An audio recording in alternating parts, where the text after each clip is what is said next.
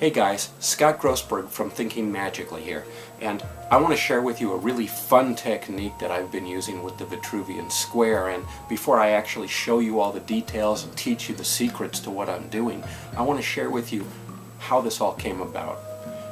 A dear friend of mine, Dr. Todd Landman, wrote a book called Macrocosm, and Todd was kind enough to ask me to contribute a chapter to the book. So I was given some early drafts, and in going through what Todd had incredibly created, I found that this wasn't only a tool for personal meditation and powerful reflection, but Todd had created something that when you actually look at it, it's a slice of someone's life at any given time that you're doing a reading with them. And so I created my chapter and I called it A Slice of Life. And what it enabled someone to do was to take Todd's creation, to take Todd's grand image, his sphere of influence that he so visually portrayed in this book and with the accompanying graphic that comes with it. And I started applying it to the Vitruvian square. And things have evolved since then. You can now use the Vitruvian square casting cloth and a few props that I'm going to show you to easily create some very simple but powerful readings with the people that you are interacting with. And I'm going to teach you those in just a second, but I wanted you, if you do get a chance, look up Dr. Todd Landman, look up Macrocosm, because I think you're going to be blown away by what Todd's created. So with that in mind, let's get started with the Vitruvian square and my version of A Slice of Life as it exists today.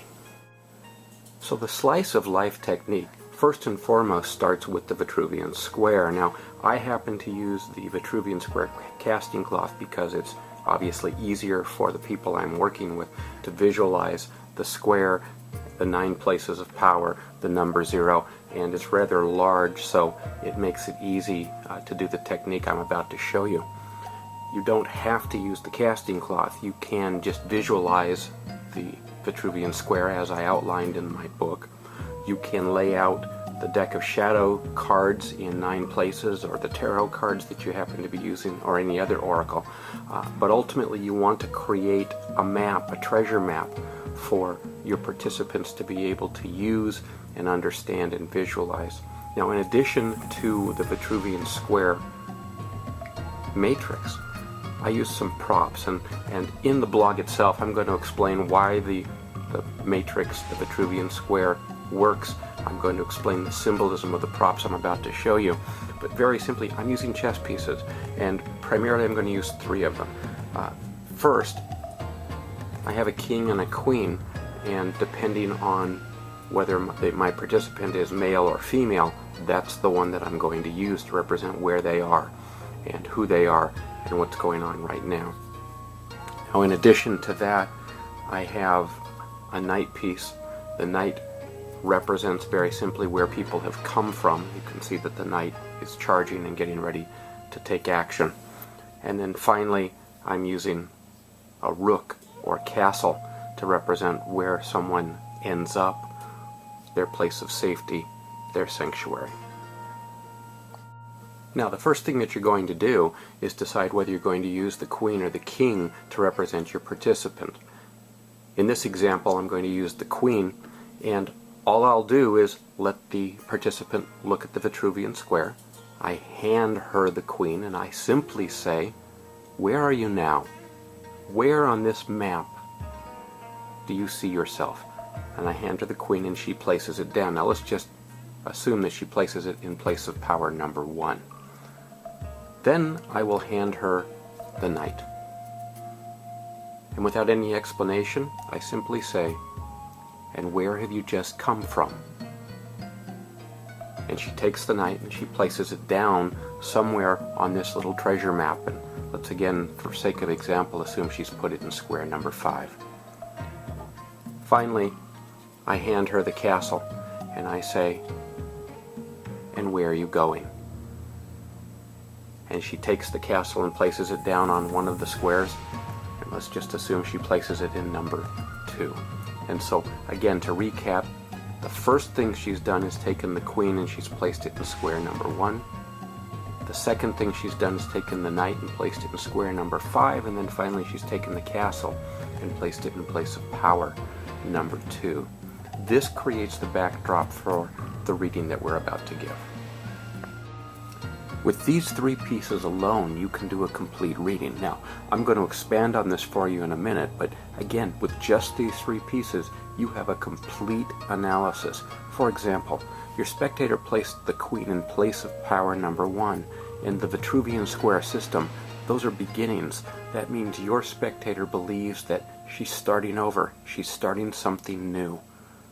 She indicated with the knight that she just came from place of power number 5. That means she went through some massive changes and she replaced old beliefs with new beliefs, and that's what actually led her into place of power number 1. And then finally where she's going is place of power number 2. That's where she placed her castle. That's the place of connections. That's the place of being able to keep secrets and having this intimate relationship with not only other people, but with the universe around her. Now, to add even more depth to a reading, I actually introduced the deck of shadows. And what I will do is, after my spectator has placed her 3 chess pieces in the position that she wants, I take my shuffled and cut deck, and I will then choose cards that I believe illuminate or give some background to the various choices that have already been made by the person that I'm reading. So I'm going to place 3 cards down with each one of the chess pieces, and then I would read those. You can do the same thing, by the way, with a tarot deck, and merely go through and choose cards that intuitively for you add extra depth or meaning to what's been going on in that person's life. So what happens if you have your Vitruvian square system down but you don't have any chess pieces, or you just prefer not to use them? Well, again, this is where the deck of shadows comes in. You can mix them and then take 3 cards out. You can either choose these yourself or have your spectator choose them. And hand the first card to your spectator and say, "Where are you now?" And the second card and ask, "Where have you just come from?" And then finally, "Where are you going?" So I've placed these in the same positions that she placed the chess pieces. You'll see that in square number 1 she placed forbidden love. In square number 5 it's unity. And in square number 2 it's wealth. Those would represent the present, the past, and the future.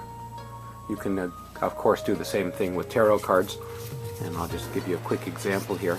If this is "Where are you now?" we have the 5 of Pentacles. "Where did you just come from?" we have the Temperance card. And "Where do you see yourself?" or "Where you're going?" is the 2 of Swords. So you don't need to use the chess pieces. You can actually use any oracle device that actually is comfortable for you. Finally, I'll give you one more little subtlety that I use. There are many, but I'll give you just one. You can actually take a person's hand and have them place it over the Vitruvian square cloth, and you can take their wrist, and as they're going over, just have them indicate for you, think in their head, "Where am I now?" And then they bring their hand down. It's almost like they become a human pendulum, and then you say, "Where are you? Have you just come from? And where are you going?" And you can either have them just flat out indicate with their fingers, or you can get the subtle feels as they move around and make that determination yourself. It's a very fascinating way to actually get full interactive behavior and engage a person's imagination with the Vitruvian square. And you get some very deep and powerful readings.